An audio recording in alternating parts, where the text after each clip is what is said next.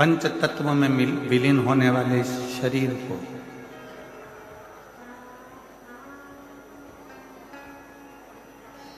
जो मिला है अपने माता पिता के द्वारा,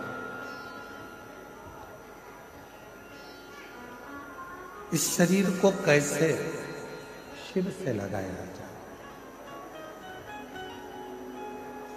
इस शरीर को कैसे परमात्मा की अविरल भक्ति में लगाया जाए, इस शरीर को कैसे भगवत भजन में लगाया जाए, कैसे भगवत नाम में लगाया जाए, ये शिव महापुराण की कथा हमको सिखाती है।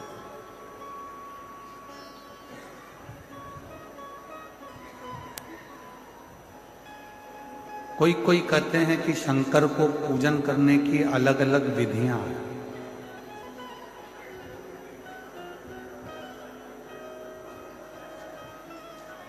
कोई कहते हैं भगवान शंकर को रिझाने के लिए अलग अलग भाषाएं हैं।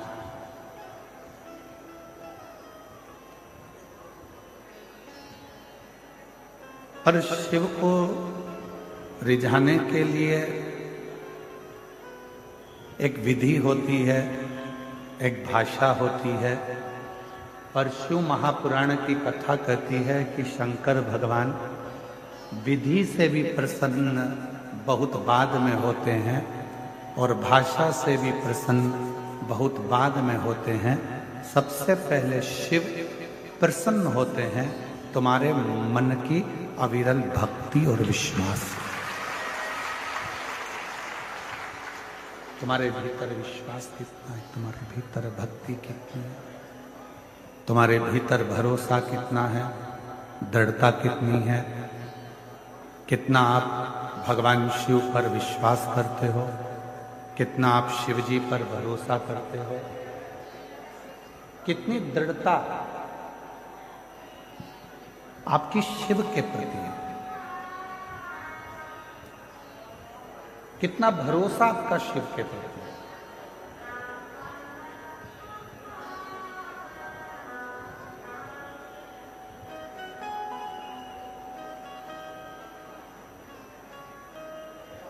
हमारे सतुआ बाबा जी कहते हैं, जब हम काशी में कथा करने के लिए गए तो सतुआ बाबा जी कह रहे थे, महाराज जी ये मणिकर्णिका के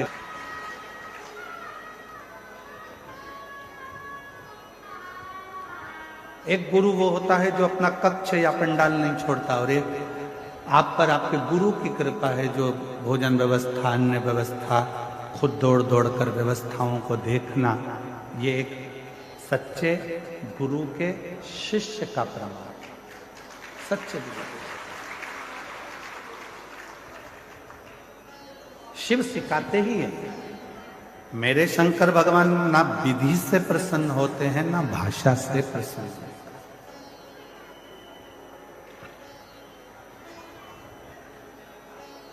कौन सी विधि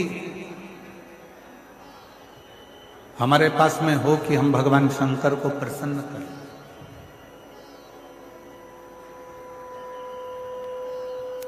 कौन सी विधि हमारे पास में हो कि हम भगवान शंकर को प्रसन्न कर कर उनसे वर प्राप्त करें? कोई विधि हमारे पास में नहीं है कि हम शिव जी को प्रसन्न कर सकें। और कौन सी भाषा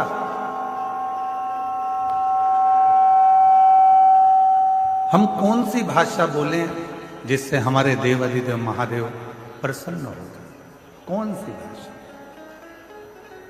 तो कहा एक विश्वास की विधि है, एक भक्ति की विधि है और प्रेम की भाषा है। ये दो चीजें अगर हमारे पास में है तो हमारा देव अधिदेव महादेव प्रसन्न भी होता है और वर भी होता है। और तेरी कृपा बिना न हिले एक भी अणु, लेते हैं श्वास तेरी कृपा से तनु तनु। बखान क्या करूं राखोगे ढेर का, चपटी भभूत में खजाना कुबेर का।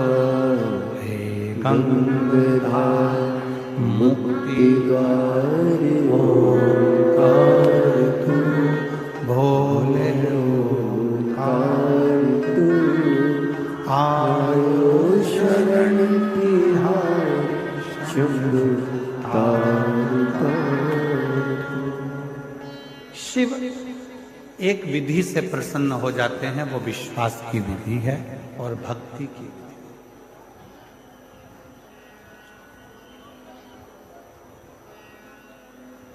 कितना सुंदर एक प्रसंग शिव महापुराण में आता है।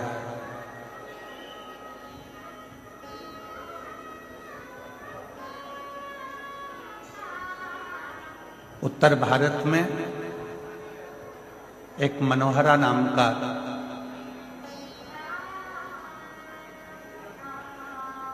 एक भगवान शंकर का शिव भक्त निवास करता था।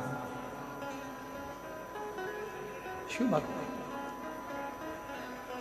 और भगवान शंकर का वो परम भक्त, भगवान शिव का वो परम भक्त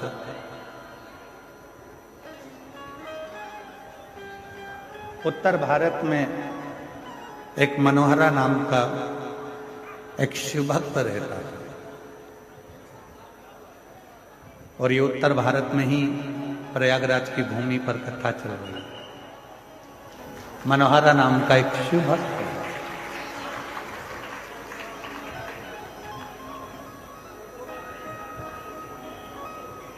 सुतार का काम करता था।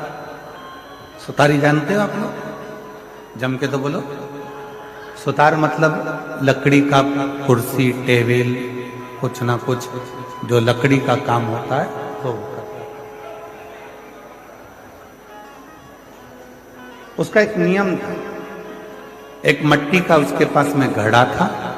उस घड़े से गंगा जी का जल रोज भरता था और रोज शिव जी को चढ़ाता था। सारी समस्या का हल एक मिलता, रोज भरता, रोज शिव को चढ़ाता, प्रतिदिन।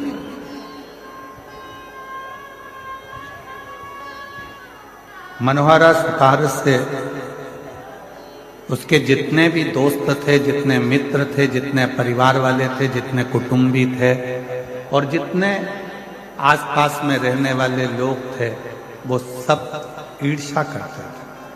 सब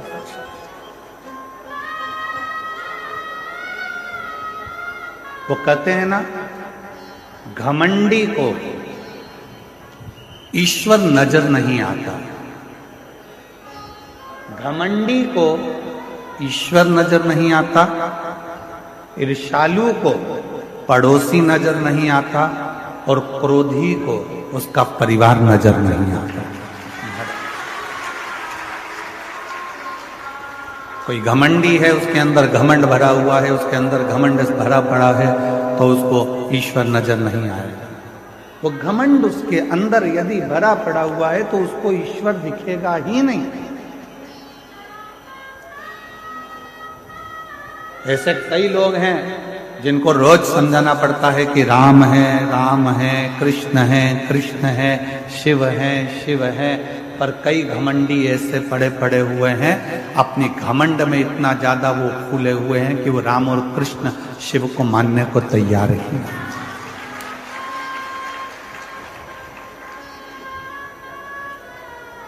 घमंडी को ईश्वर नहीं दिखता, ईर्ष्यालु को पड़ोसी नहीं दिखता। ईर्ष्या करने वाला कोई व्यक्ति है तो उसके पड़ोस में अगर कोई रह रहा है तो वो दिन रात ईर्ष्या करता रहेगा। उसको ये नहीं दिखेगा कि तेरे दुख की घड़ी में वो पड़ोसी आकर खड़ा हो जाता है, पर ईर्ष्या भरी।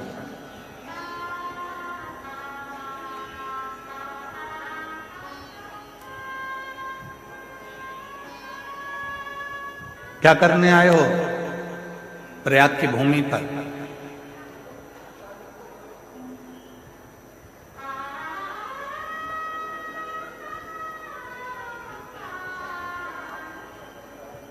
क्या करने पहुंचे हो इस संगम के तट पर?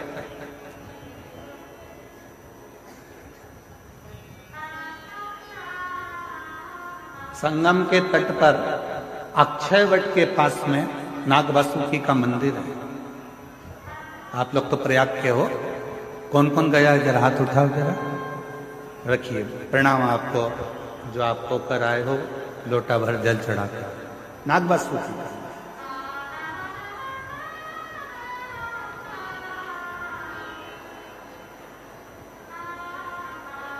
संगम के तट पर अक्षयवट के नजदीक में नागवासुकी का मंदिर है। क्या करने के लिए हम आपसे पूछ रहे हैं? वैसे कि वैसे ही इंद्र ने नागवासुकी से पूछा था, जो भगवान शंकर के गले में सर्प है वासुकी नाग, उससे पूछा था कि तुम त्रिवेणी के संगम पर क्यों आए?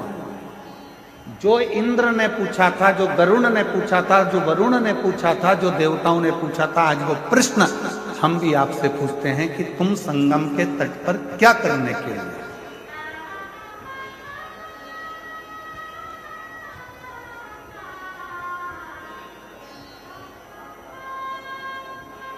हजारों वर्ष पुरानी कथा आज फिर सतुआ बाबा के शिविर में वही प्रश्न लेकर खड़ी हो गई, जो देवताओं ने भगवान शंकर के गले में पड़े हुए नाग वासुकी से पूछा था। वो प्रश्न आज फिर सामने आकर खड़ा हो। देवताओं ने नाग वासुकी से पूछा कि तू त्रिवेणी के संगम पर क्या करने आया?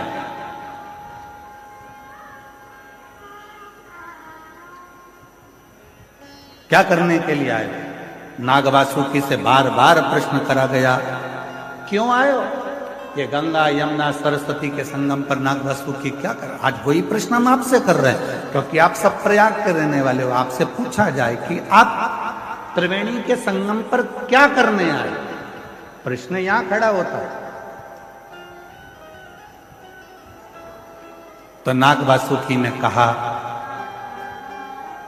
मंथन के समय पर मेरा शरीर पूरा की पूरा कष्टप्रद हो गया है। शरीर में से रक्त निकल रहा है। मेरे शरीर की एक एक नस नस टूट चुकी है, क्योंकि मैंने जब मंथन मुझे पकड़ कर करा गया तो पर्वत के घर्षण से मेरा शरीर पूरा टूट चुका है। मैं बहुत कष्ट में हूं, बहुत तकलीफ में हूं। तो क्या करने आए हो?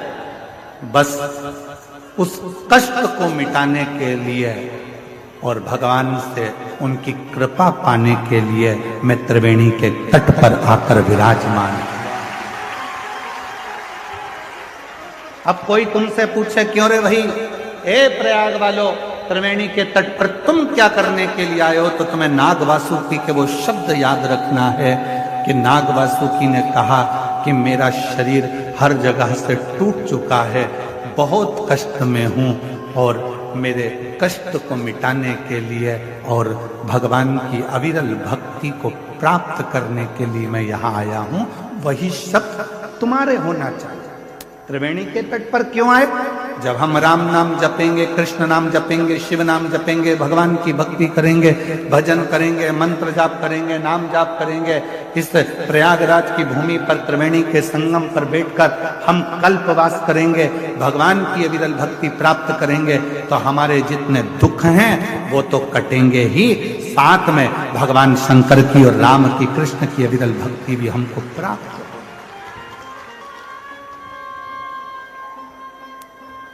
हम क्या करने के लिए?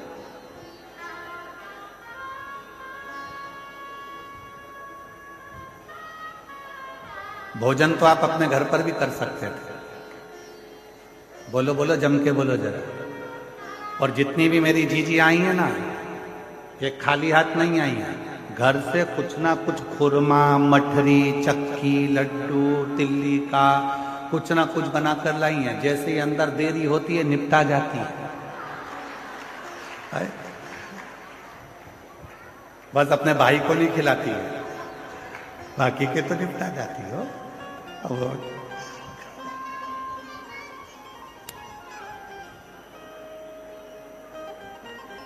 आप भोजन करने, मतलब ये पक्का हो गया कि आप भोजन करने के लिए नहीं है, अपने साथ है।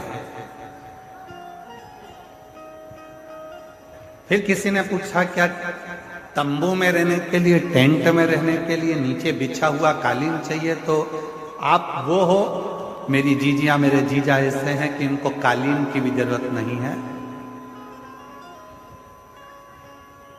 जिस टैंक से मल साफ होता है उस टैंक पर भी लोग चढ़ चढ़ के बैठे हुए हैं, मतलब आपको आसन से भी मतलब नहीं।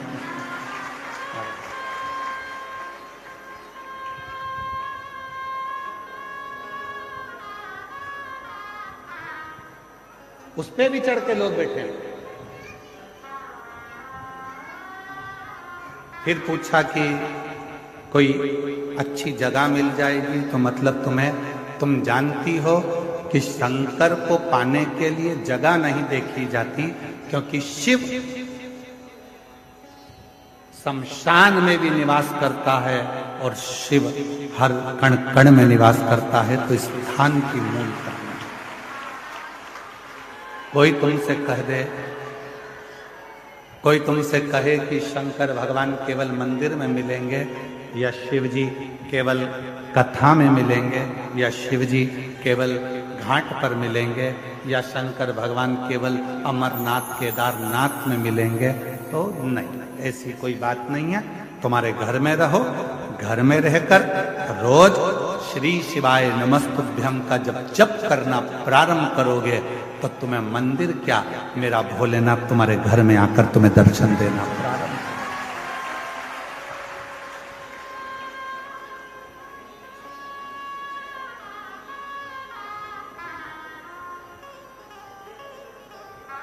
हमारे शैलेंद्र जी एक लाइन गुनगुनाते हैं कि मन को बना ले मन में शिवाला, संग चलेगा वो तेरे डमरू।